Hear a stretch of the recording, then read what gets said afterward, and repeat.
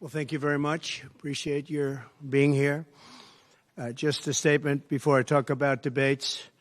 I think that our country is right now in the most dangerous position it's ever been in from an economic standpoint, from a safety standpoint. Both gangs on the street and, frankly, gangs outside of our country in the form of other countries that are, frankly, very powerful. They're very powerful countries, and we don't know what we're doing. We have leadership that has no clue how to handle them or how to handle any other situation. We have a lot of bad things coming up. You could end up in a depression of the 1929 variety, which would be a devastating thing. Took many years, took decades to recover from it. And we're very close to that, and we're very close to a world war. In my opinion, we're very close to a world war. We have people that don't know how to handle it. They're not respected. All over the world, they're laughed at. And we can't have that. Most dangerous period of time I've ever seen for our country. With that being said, we have somebody that hasn't received one vote for president, and she's running. And that's fine with me. But we were given Joe Biden, and now we're given somebody else. And I think, frankly, I'd rather be running against the somebody else. But that was their choice. They decided to do that because Kamala's record is horrible. She's a radical left person at a level that nobody's seen. She picked a radical left man that is, he's got things done that he has positions that are just not, it's not even possible to believe that they exist. He's going for things that nobody's ever even heard of. Heavy into the transgender world, heavy into lots of different worlds having to do with safety. He doesn't want to have borders. He doesn't want to have walls. He doesn't want to have any form of safety for our country. He doesn't mind people coming in from prisons, and neither does she, I guess, because she's not... She couldn't care less. She's the border czar. By the way, she was the border czar 100%. And all of a sudden, for the last few weeks, she's not the border czar anymore, like nobody ever said it. And I just hope that the media becomes more diligent, more honest, frankly, because if they're not going to be honest, it's going to be much tougher to bring our country back. We have a very, very sick country right now. You saw the other day with the stock market crashing. That was just the beginning. That was just the beginning. It's going to get worse. It's going to get a lot worse, in my opinion. And fortunately, we've had some very good polls over the last fairly short period of time. Rasmussen came out today. We're substantially leading, and others came out today that we're leading, and in some cases substantially. I guess MSNBC came out, or CNBC came out also with a poll that was, has us leading. And leading fairly big in swing states. In some polls, I'm leading very big in swing states because they want safety. People want safety. They want security. They want respect all around the world for our country. They don't want this horrible culture that is developing, a culture of no common sense. It's really a culture of no common sense, and it's not what anyone wants. We want to have a safe country. We want to have a strong military. We want low interest rates, and we want to be able to have the American dream. We want to be able to have our youth be able to buy homes, housing, get good jobs. And we're really just at the opposite right now. It's so sad to see. But as a border czar, she's been the worst border czar in history, in the world history. I think the number is 20 million, but whether it's 15 or 20, it's numbers that nobody's ever heard before. 20 million people came over the border during the Biden-Harris administration. 20 million people. And it could be very much higher than that. Nobody really knows what the number is. Nobody knows. Nobody has a clue. And the gotaways, they call them the gotaways. The gotaways are at numbers. Somebody was quizzing me on it the other day. No, I don't think so, sir. I don't think so. They have no idea what those numbers are. But they're much higher than you would think. Just like far more people were killed in the Ukraine-Russia war than you ever report. Just like the October 7th would have never happened, Russia would have never hit Ukraine had the election result been called differently.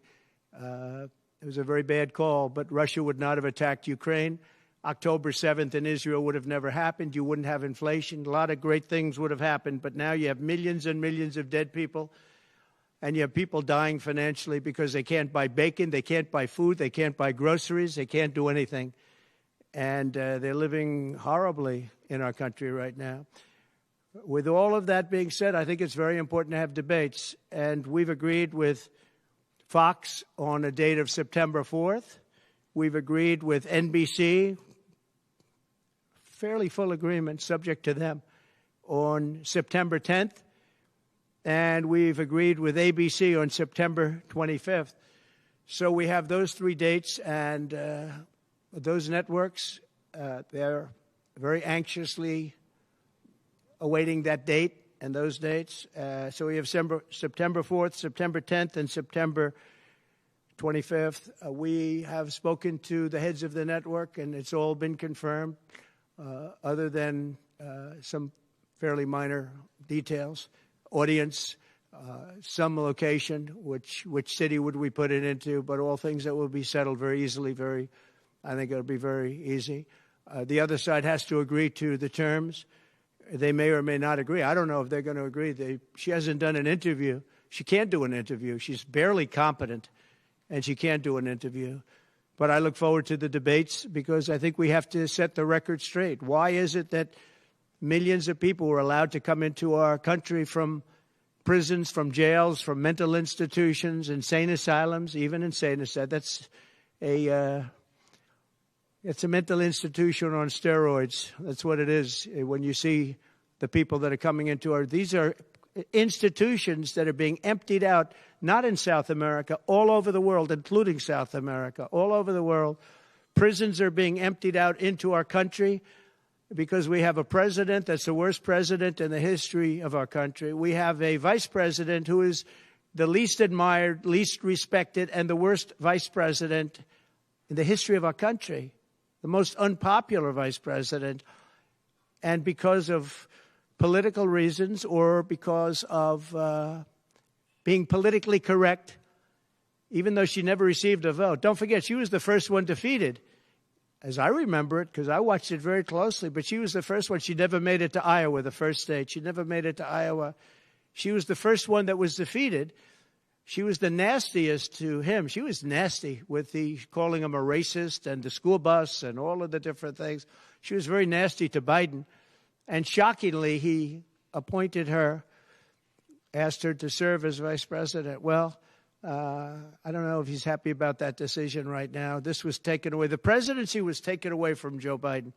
And I'm no Biden fan, but I'll tell you what, from a constitutional standpoint, from any standpoint you look at, they took the presidency away.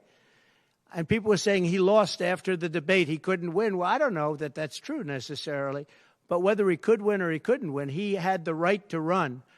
And they took it away. They said they're going to use the 25th Amendment. They're going to hit you hard. Either we can do it the nice. I know exactly because I know a lot of people on the other side, believe it or not. And they said, we'll do it the nice way or we'll do it the hard way. And he said, all right. So they've really taken, what they've done is pretty incredible. And now I'm running against somebody else, and we're leading. We're leading. So I'm not complaining. I'm saying for a country with a constitution that we cherish this constitution. To have done it this way is pretty severe, pretty horrible. You would have thought they would have gone out to a vote. They would have had a primary system. They would have done something. But to just take it away from him like he was a child. And he's a very angry man right now, I can tell you that. He's not happy with Obama, and he's not happy with Nancy Pelosi, crazy Nancy. She is crazy, too. She's not happy with any of the people that told him that you've got to leave. He's very unhappy, very angry, and I think he also blames her. He's trying to put up a good face, but it's a very bad thing in terms of a country when you do that. I'm not a fan of his, as you probably have noticed, and he had a rough debate, but that doesn't mean that you just take it away like that. Or you go out to a vote, you do something. He had 14 million votes. She had no votes. She got no votes. And I think she's crashing. I think when people find out, and I think people are starting to find out what a bad job she did, what a bad job she did on the border. She's trying to say she had nothing to do with the border. She had everything. She was appointed to head the border. And then they said border czar. Oh, she loved that name. She loved that name. But she never went there. She went to a location once along the border, but that was a location that you would love to go and have dinner with your husband or whoever. That was a location that was not part of the problem. That was not really going to the border. So essentially, she never went to the border. And if you listen to Tom Homan, if you listen to the great border people, Brandon Judd from Border Patrol, if you listen to Paul, I mean, so many different people. I speak to them all the time. And I did when I was president. We had the best border in the history of our country. Now we have the worst border in the history of the world. Millions of people coming in. And our country cannot sustain it. Our country is going down because of this, because of incompetent people. So I just look forward to these debates. I think it's very important that we have them. I hope she agrees to them. September 4th, September 10th, September 25th. And I think they'll be very revealing. I think they'll be very revealing. Do you have any questions, please?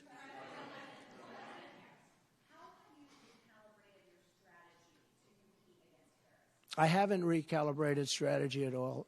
It's the same policies, open borders, weak on crime. I think she's worse than Biden because he got forced into the position. She was there long before. She destroyed San Francisco. She destroyed California as the AG. But as the DA, she destroyed San Francisco. A friend of mine, Bob Tisch, all know the Tisch family. He was in many cities with companies. He said the greatest city in the country is San Francisco. That was about 20 years ago. And he passed away a while ago, and he would be looking down and said, what happened? He thought it was the best city in the country. He had divisions there, lows. And he would be looking down in horror now when he sees she destroyed no cash bail, weak on crime. She's terrible. And yet they weaponized the system against me. They have me. I got so many lawyers. Now they want to delay cases. I won the big case in Florida. I won the big case. Nobody even wrote about it. The big case, the judge was a brilliant judge. And all they do is they play the ref with the judges. But this judge was a fair but brilliant judge. And as you probably heard, the big documents case, I won it.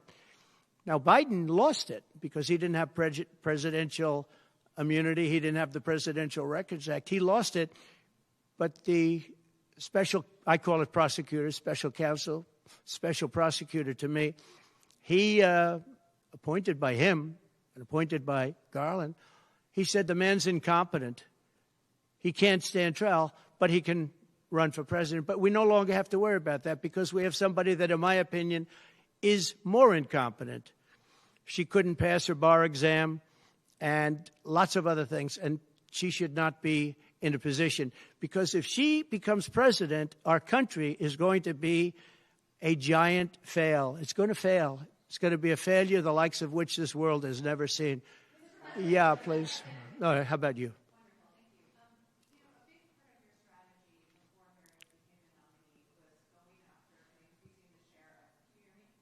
You have to speak louder. A big part of the strategy for your campaign before Harris became the nominee was appealing to black voters.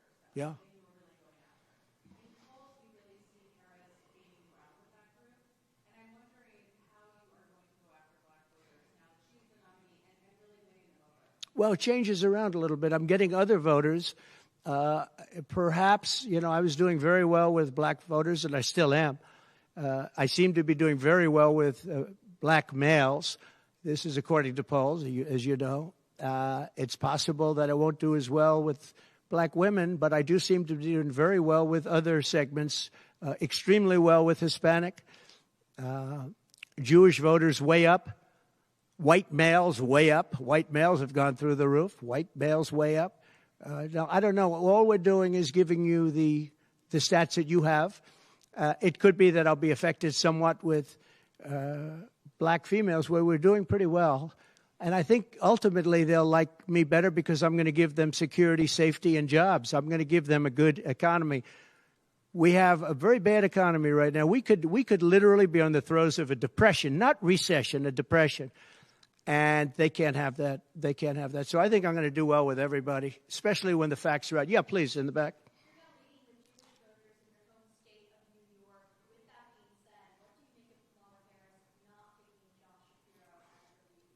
Well, I don't know. I know Josh Shapiro. He's a terrible guy, and he's not very popular with anybody. I think that this election maybe is better than Josh Shapiro would have been. But I think other than Josh Shapiro, I think she had some good choices. But Josh Shapiro is not one of them. He's caused a lot of damage with a lot of people.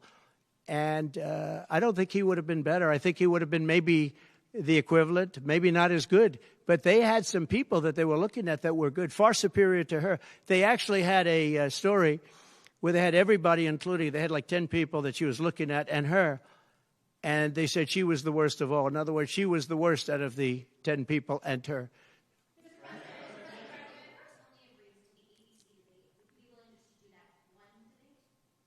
I don't know how that's going to work out. We'd like to do 3 debates. We think we should do 3 debates. We think Fox and ABC. And we also have CBS is going to do the vice presidential debate. So CBS will do vice presidential. And I have to tell you, J.D. Vance has really stepped up. He's doing a fantastic job.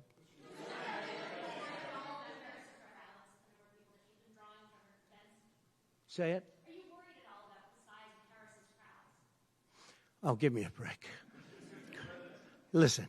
I had 107,000 people in New Jersey. You didn't report it. I'm so glad you asked.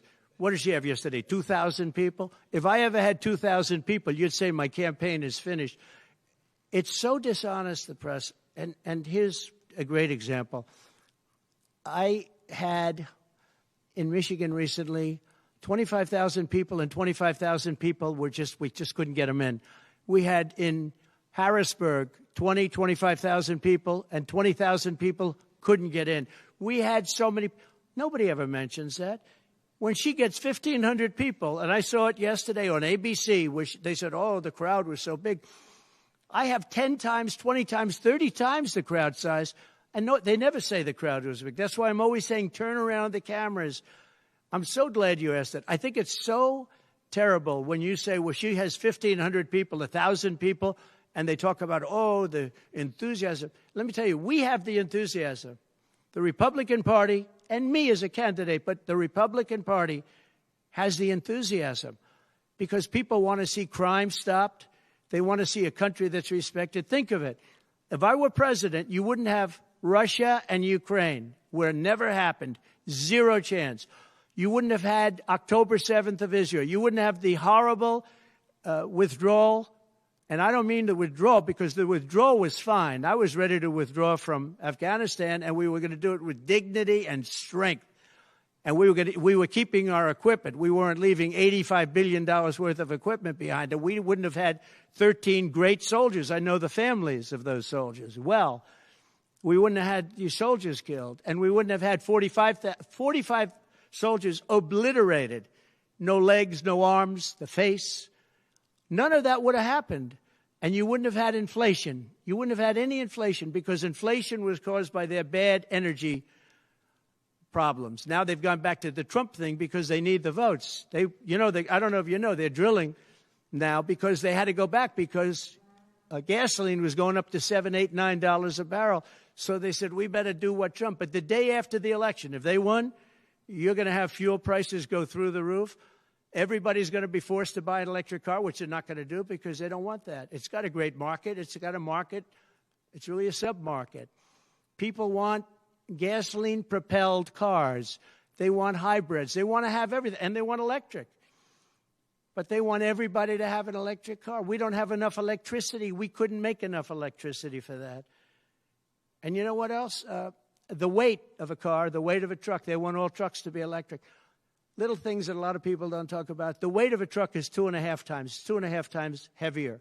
You would have to rebuild every bridge in this country if you were going to do this ridiculous policy. So, but on crowd size, in history, for any country, nobody's had crowds like I have, and you know that. And when she gets 1,000 people and everybody starts jumping, you know that if I had 1,000 people would say, that's the end of his campaign.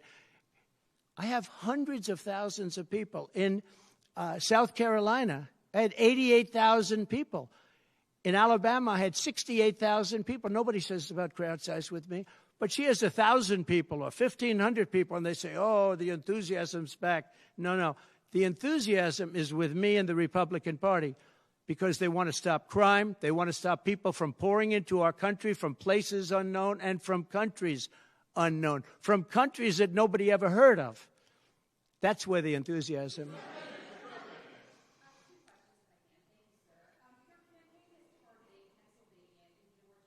Yeah.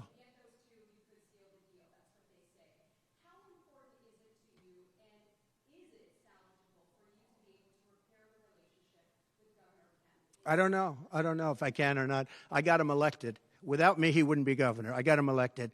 He was doing terribly. I got him elected. With that being said, I hope we can repair it, but if we don't, the people are still the people, and they're going to vote. We're leading in Georgia by a lot. We're leading in Pennsylvania by a lot. So, but I don't know. Now, in Pennsylvania, I have great relationships. In Georgia, I do too, but unfortunately not with the governor. I've never understood it. When you get somebody elected, they're supposed to like you. He's not exactly... for some reason, and you'll have to ask him about that. Yeah, I'd love to see it get repaired. I think that if we don't win Georgia, Georgia is a big win, is a big state. So I won Alabama by a record. Nobody's ever gotten that many votes. I won South Carolina by a record. You don't win Alabama and South Carolina by records and lose Georgia. It doesn't happen. And the people of Georgia understand that. There was tremendous anxiety and problems in Georgia. A lot of people say, what happened? And we have to, all we want is honest elections. If we have honest elections in Georgia, if we have honest elections in Pennsylvania, we're going to win them by a lot.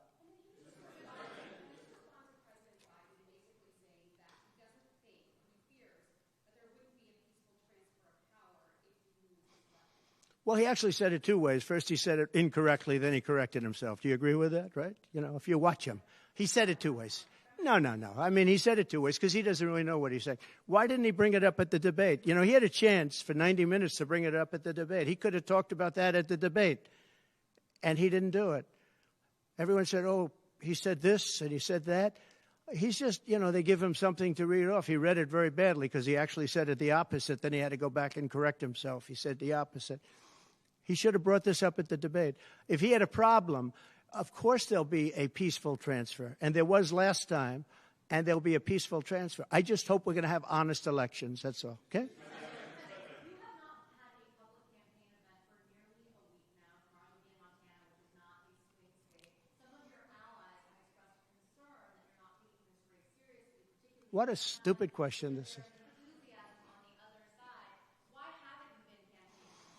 Because I'm leading by a lot and because I'm letting their convention go through, and I am campaigning a lot. I'm doing tremendous amounts of taping here.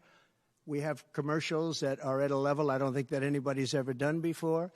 Plus, in certain cases, I see many of you in the room where I'm speaking to you on phones, I'm speaking to radio, I'm speaking to television.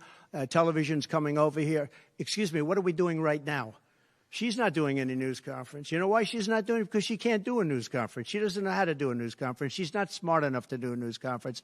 And I'm sorry, we need smart people to lead this country because our country's never been in this danger before, both economically and from an outside perspective. Russia doesn't respect us anymore. China doesn't respect us anymore. North Korea, Kim Jong-un, liked me a lot. He doesn't like this group. We are in great danger. We're in great danger of being in World War III. That could happen. No, after their convention, yeah. And I'm going out. Actually, I'm going out to certain places to help certain senators get elected. Not even for me. I'm trying to help when I go out to Wyoming or when I go out to Montana, or I'm going to different places to help people. And I don't have to go there because I'm leading those states, as you know, by 35, 40, 50 points. I'm leading by record numbers. I'm going because I want to help senators and congressmen get elected. Congressmen and women get elected. Yes, please. Yeah, go ahead. The upcoming what? Oh, yeah.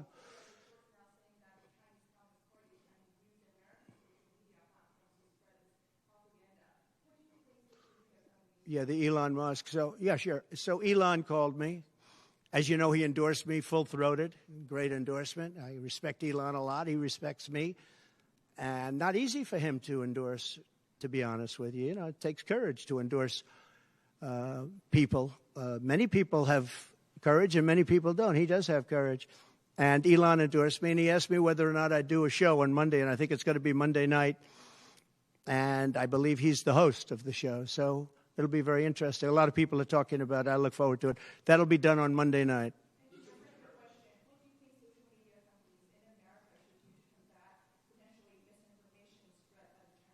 Well, you have a lot of misinformation spread about China, and you have a lot of misinformation spread about a lot of different places. I think I'm going to get along great with China. President Xi of China and I were very good friends. We met right here, right in that, except we had a beautiful sofa there as opposed to what we have right now. Right now we have you. But President Xi and I had a very good relationship until COVID, and I held him responsible for COVID. It broke up our relationship. But I think we're going to have a great relationship, and I think it's going to be mutually beneficial. But we cannot have it where China is taking advantage of the United States, and that's what they were doing, as you very well know. Yes, please.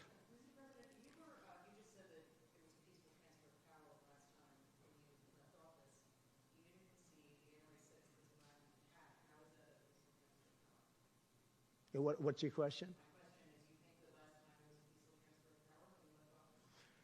No, I think the people that, if you look at January 6th, which a lot of people aren't talking about very much, I think those people were treated very harshly when you compare them to other things that took place in this country where a lot of people were killed. Nobody was killed on January 6th. But I think that the people of January 6th were treated very unfairly, and they were there to complain, not through me. They were there to complain about an election. And, you know, it's very interesting. The biggest crowd I've ever spoken to, and I said peacefully and patriotically, which nobody wants to say, but I said peacefully and patriotically.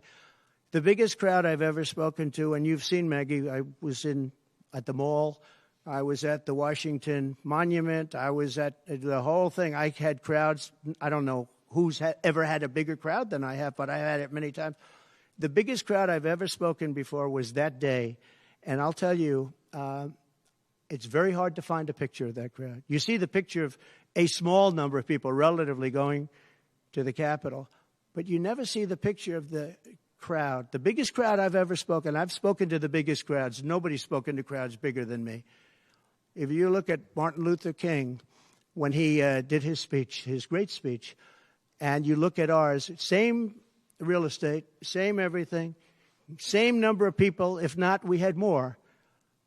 And they said he had 1 million people, but I had 25,000 people. But when you look at the exact same picture, and everything's the same because it was the fountains, the whole thing, all the way back to from Lincoln to Washington, and you look at it, and you look at the picture of his crowd, my crowd, we actually had more people.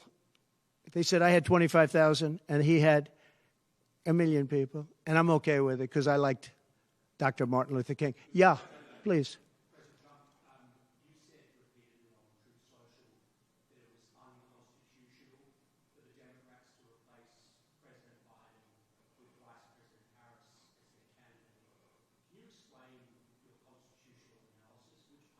Yeah, sure.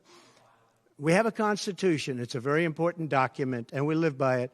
She has no votes, and I'm very happy to run against her. I'm not complaining from that standpoint. And I hate to be defending him, but he did not want to leave. He wanted to see if he could win. They said, you're not going to win. After the debate, they said, you're not going to win. You can't win. You're out.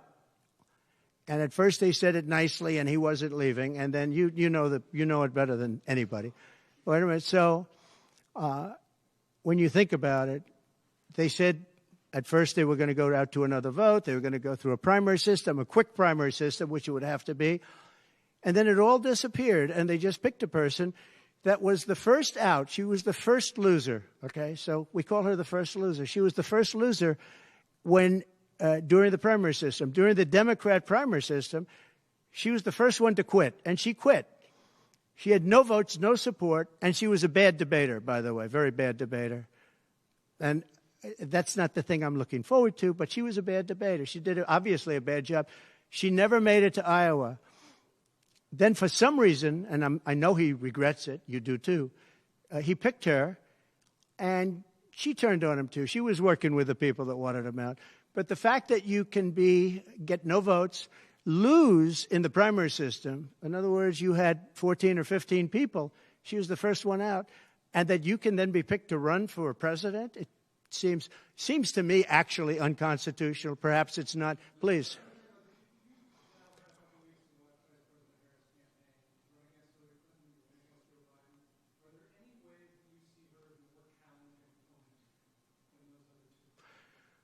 So I've run against Hillary, and I've run against various other people.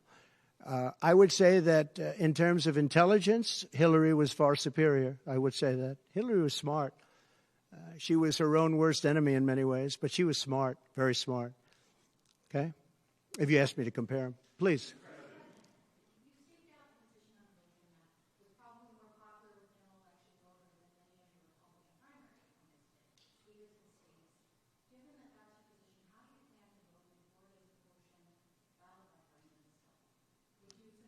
Would you repeat that question, please? You have to speak up. Yes, sir. It's a hard room because it's very big, if you know. So this is worth $18 million. Oh, I see.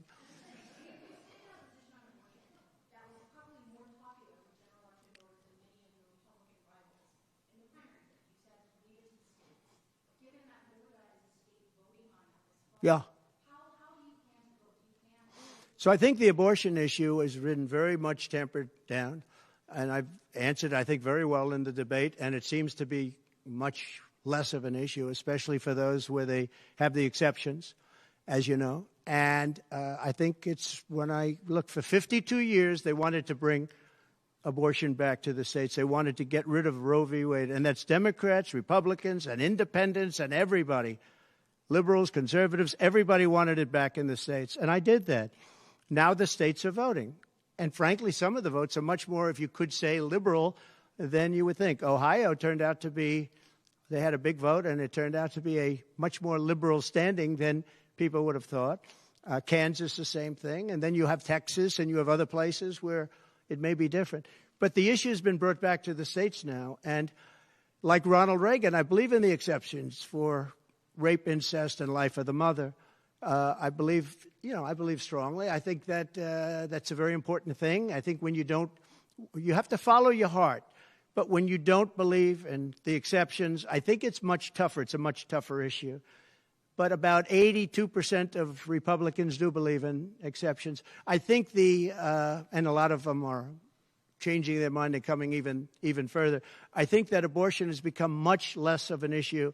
It's a very small, I think it's actually going to be a very small issue. What I've done is I've done what every Democrat and every Republican wanted to have done, and we brought that issue back to the states. And now the states are voting on it. And frankly, some of the votes are a lot different than people would have thought. But it's the vote of the people is taking care of it. And, when you think about the Democrats are really the radical ones on this because they're allowed to do abortion on the 8th and 9th month and even after birth. If you look at your new governor from Minnesota, he's like the governor previous, the former governor. I don't want to get him mixed up because Glenn is doing a good job and he's leading our whole campaign in Virginia, Glenn Youngkin. But previous to Glenn, the governor, he said the baby will be born. We will put the baby aside and we will decide with the mother what we're going to do. In other words, whether or not we're going to kill the baby. The Minnesota gentleman, this guy agrees with that. He is the most liberal. Look, between her and him, there's never been anything like this. There's never been a combination. So I'll use the word progressive. They want to go progressive. They don't like the word liberal. I like liberal better. I think it's more appropriate. Because nobody knows what progressive means. But they now like to use the word progressive. But there's certainly never been anybody so liberal like these two, or even close. I think the abortion issue has been taken down many notches. I don't think it's a big factor anymore, really. And when people hear what I said in the debate, and I think I said it very well during the debate, we brought it back to the states. Everybody wanted it in the states. And very importantly, and you think about this, assuming you have exceptions. If you don't have exceptions, it's a more difficult thing. At the same time, There are people that strongly feel that way, and you have to follow your heart, and you should follow your heart. But that issue is very much subdued. Yeah, thank you. About who? Yes.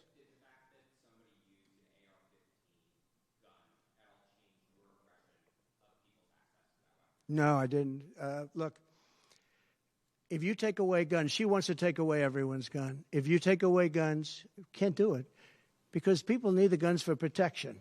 Now, entertainment, they want it, hunting, they want, different things. But they need weapons for protection in this country. People live out in the woods and they're not going to have a gun. If you look at some countries, I don't want to get them in trouble, but some countries have actually gone the opposite way. They had very strong gun laws, and now they have gone the opposite way, where they allowed people to have guns, where in one case they encouraged people to go out and get guns, and crime is down 29%. And remember this, what is the toughest gun law in the United States? Chicago. On July 4th, 117 people were shot and 17 died. The toughest gun laws in the United States are in the city of Chicago. You know that. They had 117 people shot. Afghanistan does not have that. Afghanistan, by the way, was the lowest point in the history of our country, in my opinion.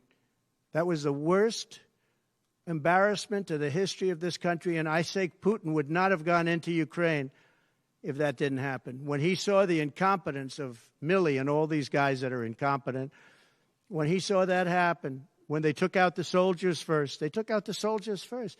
If you go back and check your records, for 18 months I had a talk with Abdul. Abdul was the leader of the Taliban, still is. But I had a strong talk with him.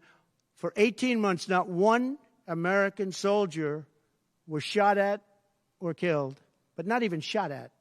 18 months, and then we had the disaster of the lift, where people were falling off airplanes from 3 times the height of the World Trade Center. I mean, terrible. But now our country has to be respected again. Please. Go ahead, please.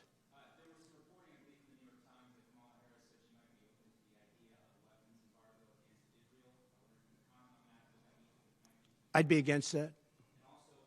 That Kamala is in favor of not giving Israel weapons? Yeah. That's what I hear. Look, she's been very, very bad to Israel, and she's been very bad to Jewish people. And I say it, if anybody I know is Jewish and they would vote for Kamala over me, they should have their head examined. If you think about it, I gave them Golan Heights. I gave them the capital of Israel, Jerusalem. I even built the embassy. I gave them no Iran deal. The problem is they didn't do anything with it. Iran was broke.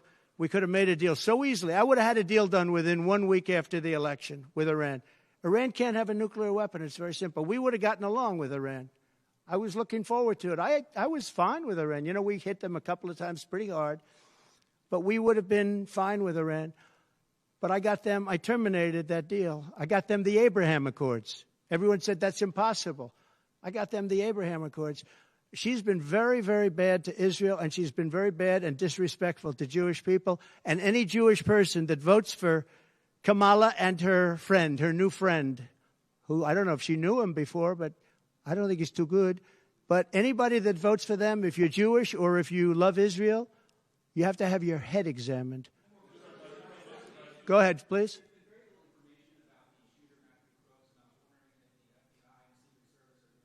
They have. The FBI came to see me about the shooter. I think they've done a very good job. And I think they did a very good job with respect to this other lunatic that they have in custody. Please. There's been some discussion around Vice President Harris's relationship with Willie Brown, yeah, former mayor of San Francisco, and how that might have intersected with her career trajectory. So I'm just wondering if you followed that discussion at all. Well, I know Willie Brown very well. In fact, I went down in a helicopter with him. We thought maybe this is the end. We were in a helicopter going to a certain location together, and there was an emergency landing. This was not a pleasant landing, and Willie was he was a little concerned. So I know him pretty well. I mean, I haven't seen him in years, but he told me terrible things about her, But this is what you're telling me anyway, I guess. But he had a big part in what happened with Kamala. But he I don't know, maybe he's changed his tune, but he was not a fan of hers very much at that point.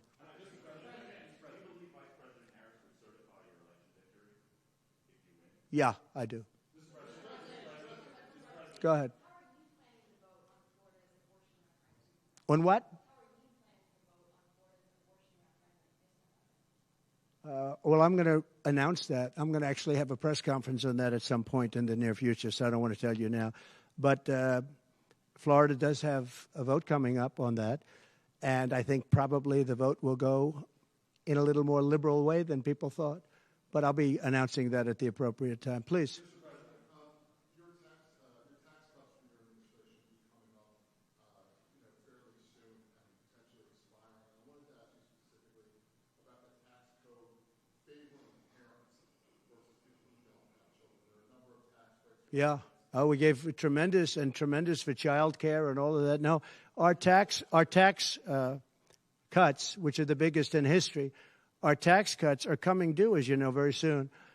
And if the Democrats don't renew them or make it impossible to renew because it's pretty close in terms of vote, if they don't renew them, it's the equivalent of having a 4 times tax increase from what you have right now, and it'll destroy the economy.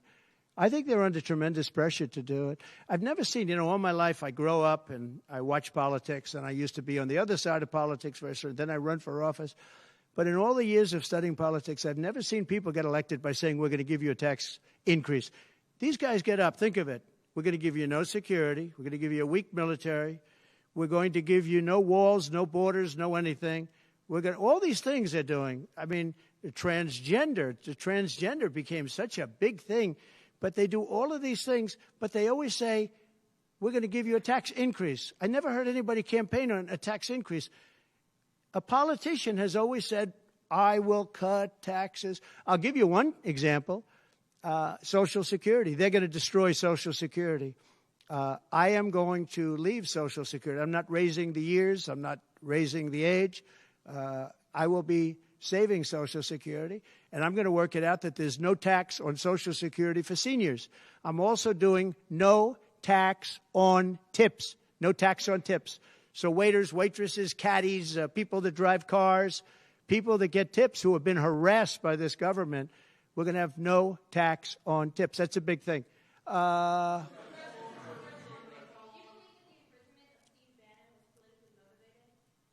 Oh, absolutely. Sure. Because other people have done far bigger things than Steve Bannon. Sure, it's politically motivated. I think it's a horrible thing they did. Look, they've weaponized government against me. Look at the Florida case. It was a totally weaponized case. All of these cases, by the way, the New York cases are totally controlled out of the Department of Justice. They sent their top person to the various places. They went to the AG's office, got that one going. Then he went to the DA's office, got that one going, ran through it. No, this is all politics, and it's a disgrace. Never happened in this country. It's very common that it happens, but not in our country. It happens in banana republics and third world countries, and that's what we're becoming. We have no borders. We have bad voting regulations. Anytime you have mail-in ballots, you're going to have problems. France learned that lesson. France had all mail-in voting, and they went back to paper ballots, voter identification, voter ID. They went back to a normal system, one-day voting. They don't want to be around, voting for 64 days. And look, the election, I keep talking about November 5th, but the election really starts on September 6th. That's when it starts because it's early voting. We should have one-day voting. We should have paper ballots. We should have voter ID, and we should have proof of citizenship. Please. No, the gentleman in back. For who? You're going to have to talk louder, sir. Do you support continuation of tax credits for EVs? And secondly, what sort of political or policy advice does Elon Musk give? Elon is a very different kind of a guy. He's a very big believer in the country, but he's very worried about the country. He's very worried about the country.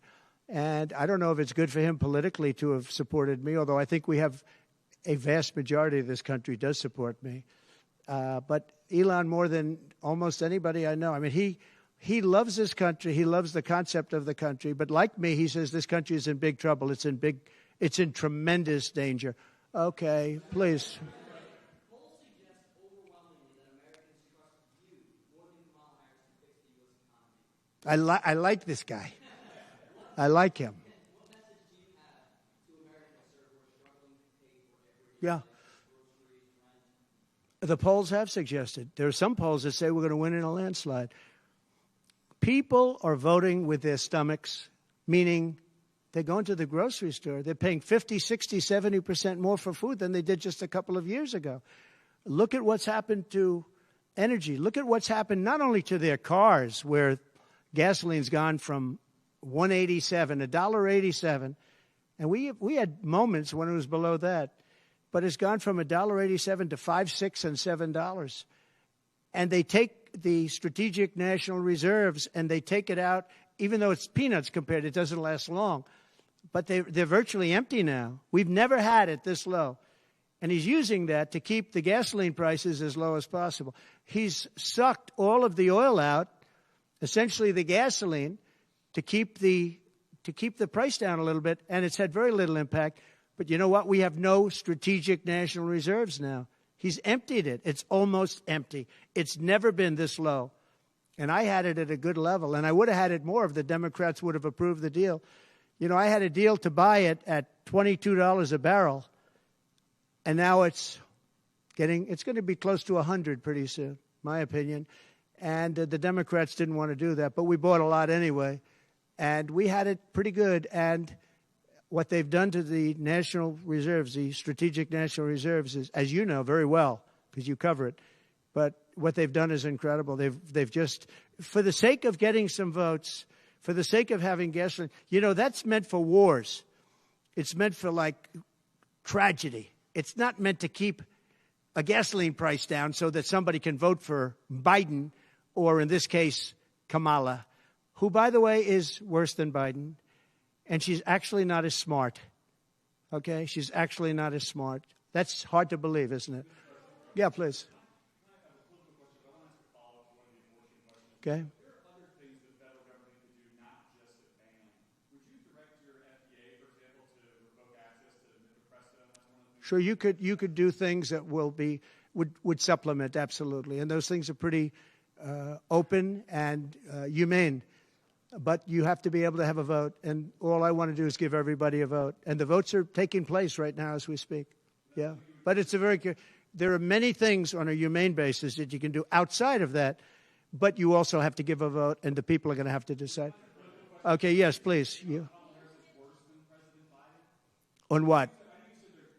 No, I think she's actually not as smart as he is. I don't think he's very smart either, by the way. I'm not a big fan of his brain. But I think that she's actually not as smart as he is. What do you attribute her rising in the polls as becoming a more competitive race since she's taken over? Well, she's a woman. She represents certain groups of people. But I will say this. When people find out about her, I think she'll be much less. And I see it right now. I see her going way down in the polls now. Now that people are finding out that she destroyed San Francisco, she destroyed the state of California along with Governor Gavin Newsom. He's been a terrible governor, terrible. But they did it together. And she was early. I mean, she was the first of the prosecutors, really. You know, now you see Philadelphia, you see Los Angeles, you see New York, you see various people that are very bad. But she was the first of the bad prosecutors. She was early. Who? Would you repeat that, please? No, you. Would you repeat her, what she said? You have to speak up. This room is very louder.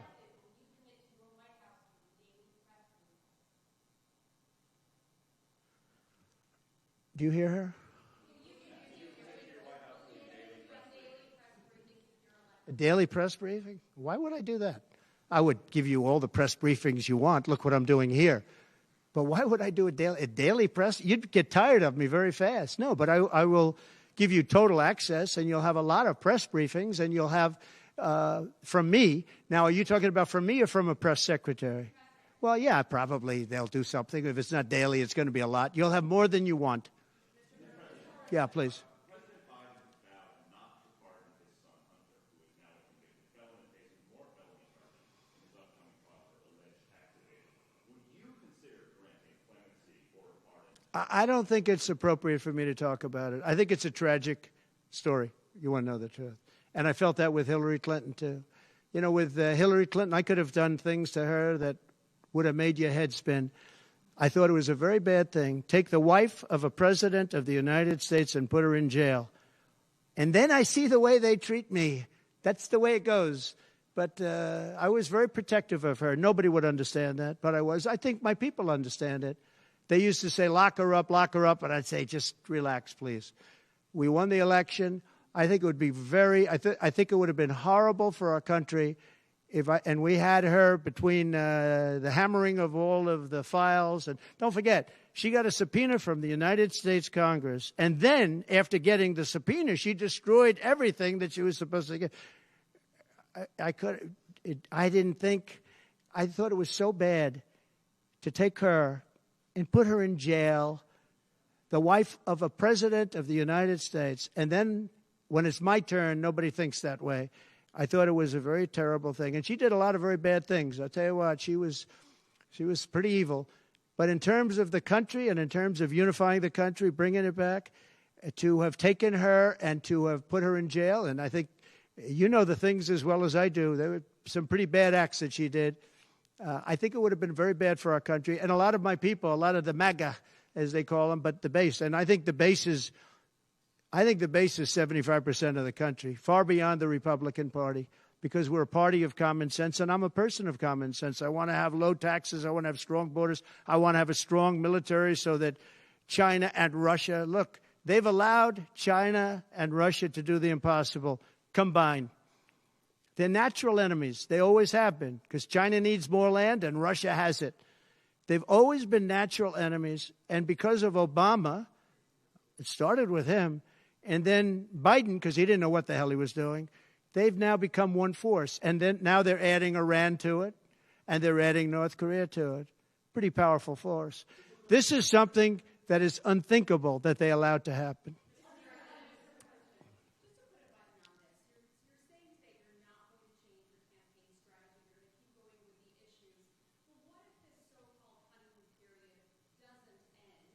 Oh, it's going to end. The honeymoon period's going to end. Look, she's got a little period. She's got a convention coming up. It's about policy. It's not about her. I think she's incompetent because I've watched her. She destroyed California. She destroyed San Francisco. Everything she's touched has turned to bad things. I'm not going to use foul language, but everything she's touched has turned bad. She's incompetent. The reason she's not doing what I do and she's not doing what she should be doing, she won't even do interviews with friendly people because she can't do better than Biden. Now, he had a reason for not doing well, and he was never, 25 years ago, the sharpest or brightest bulb in the ceiling. That I can tell you, okay? He wasn't. But he could do interviews at least. Not lately he couldn't, perhaps. But she should be doing interviews. She doesn't want to do interviews. And the reason she doesn't is, number one, her policies are so bad. Just to answer your question, I think that it's not going to change because it's really ultimately not about her as much as about her policies. She wants open borders. She wants to defund the police. She wants to defund the police. She wants to take away your guns. Anybody that thinks they're not going to come after your guns, you know, when I was president, I totally protected the guns. And I think it's very important. And I know I take some heat sometimes for it, but you have to have safety. You have to have, when the bad guy walks in with a gun, you got to have some way of protecting yourself. And boy, that would be, you would see crime go up at levels that you've never seen. When people say on this side of the house, this house has guns, we will use the guns, they say, let's pass. We'll go someplace else. You have to have them. And for 4 years, and you know, as you know, the NRA endorsed me very powerfully every time I ran, every time. My sons are members, and I guess indirectly I'm a member too. But they gave me the strongest of endorsements, and that's against very strong competition. People that felt the same way. No, you have to have that right. Our Second Amendment is a very important right, and it has to be protected. Okay, how about you? Go ahead. Yeah. So there are some of the most brilliant people on Wall Street that are saying that if President Trump doesn't win, you're going to have a depression. I happen to agree. I think that's true. Because I know how bad these people are. You know, they like to say that they did this and that. You saw the $7 trillion that they said it was me for $7 trillion. It wasn't me. It was them. They said that I had inflation. They took over 9% inflation. No, I had 1% inflation. I had actually no inflation because if you look at the categories, we had just about no inflation. But I had a very minor, I actually had a positive inflation. It was a perfect number because you don't want zero. I mean, I'm not going to give you a whole course on economics, but you don't want zero. 1%, 1.4% is great. You want a little bit because you don't want to have deflation. Deflation is, in many ways, even worse. I had a perfect number right around the 1% number. It was perfect. And to show you, it stayed there for 2 years. And then he did all of the different borrowings that he did. And then he did so many things wrong. Every time he would do it, I'd say, big mistake. And don't forget, they sell hats and they sell stories. Trump was right about everything. I've been right about a lot. Yes, Maggie.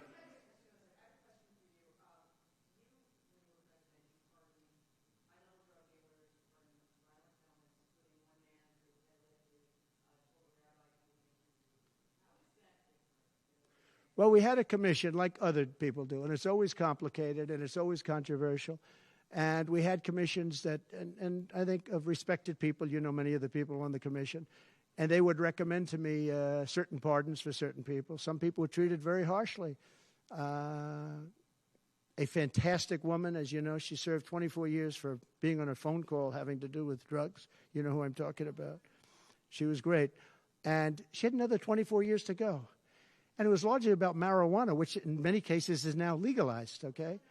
But we had many very highly regarded people on a commission, and they'd recommend, and they'd put a reason why. Some people were, served time, but they served a lot of time for something that today people wouldn't even serve time by.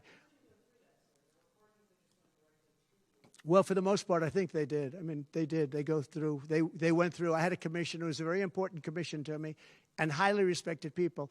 And frankly, they came up with some decisions that I wouldn't necessarily agree with, but I did it. But I let a lot of people out that had no representation. I went to people in jails, in prison that we respected. I said, how many of these people should be let out? We let out large groups of low-income people that were serving like 40 years for something that today you wouldn't even be put in jail for. We had very few people let out because I said I really don't want to let people out where they had a lot of violence, where they had killing, et cetera, et cetera. And for the most part, we didn't do that. Yeah, please.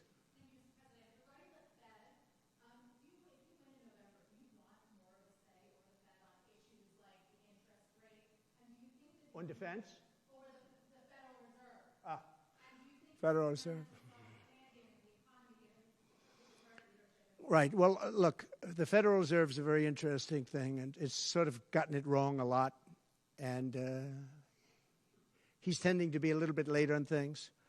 He gets a little bit too early and a little bit too late. And, that's very largely it's a gut feeling.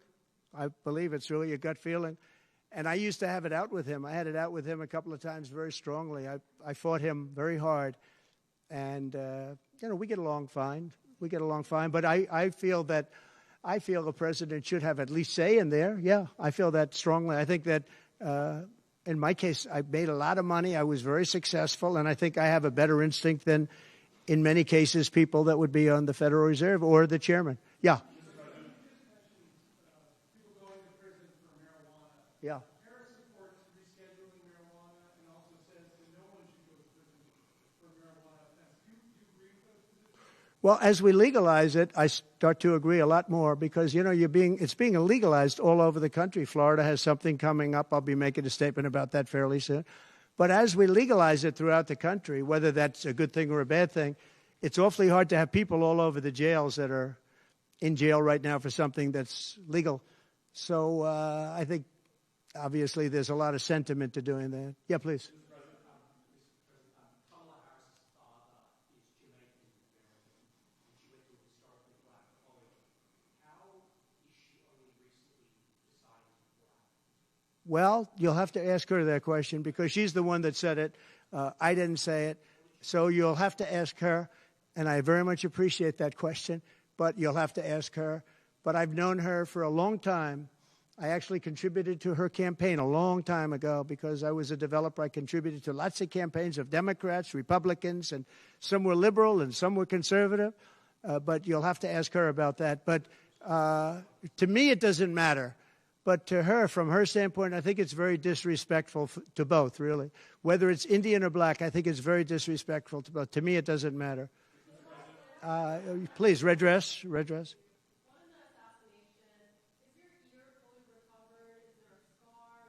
Yeah, pretty much recovered, yeah.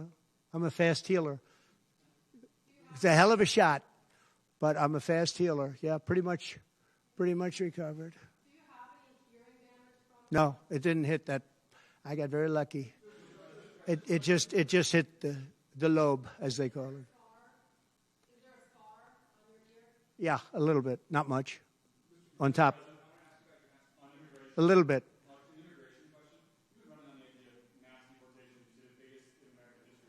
Yeah. When Senator Vance has been asked about that, he sort of suggested that really you only need to go after people who've been convicted of crime. Well, we're starting that, yeah. What are you really talking about here? How will you pay for it? We are going to start the largest mass deportation in the history of our country because we have no choice. It's not sustainable. And we are going to start with violent criminals, and we're going to start then with criminals. And our local police is going to work with us because they know everything about the people. They know their names. They know everything about them. They know their middle name. They know their numbers. And as you know, the other side is trying. You know, look, for years I wondered, why are they allowing these people to come in at levels like this? It was incredible. And I said two reasons. They're either really stupid, and I don't believe they're stupid, because anybody that can cheat on elections like they cheat is not stupid. Or, in the alternative, they have bad motives or they hate our country. And I used to think they hate our country. But lately I've seen where they're trying to sign these people up to vote. And they have to stop. They cannot let illegal immigrants vote in this upcoming election. All right, one more question. Go ahead, one more. Make it a good one, please. Okay, regarding Social Security taxes for seniors. Right. Experts say that the policy could increase the deficit by $1.6 trillion. So how would it work in your view? We have so many ways of making money in this country. We're not going to affect our Social Security. We're not changing it. And I proved that over 4 years. And we're going to do it. It's very unfair to people. They spend their life and they're great citizens and they pay in. We're not going to charge tax to Social Security, the seniors. We're not going to do it. We're not going to charge. And also tax. I say the two things. We're going to have no tax on seniors, Social Security, and we're going to have no tax on tips. Very simple. And we are a country that has so many different ways to make money. We have under our feet more liquid gold, I call it oil, and gas, than any country in the world, much more than Saudi Arabia, much more than Russia. We have so many different ways we can make money. We're not going to hurt our seniors with Social Security, and we're not going to charge them tax. Okay?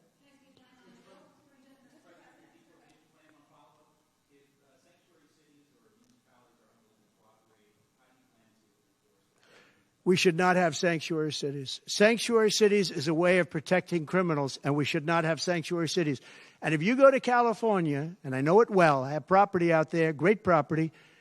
If you go to California and you ask the people of California, do they like the idea of sanctuary cities? They don't like it. They're tired of it. They're tired of crime. They're tired of what's happened to our country. Our country's become a crime-ridden mess, and we're going to stop it on November 5th. Thank you very much, everybody. Thank you. Thank you.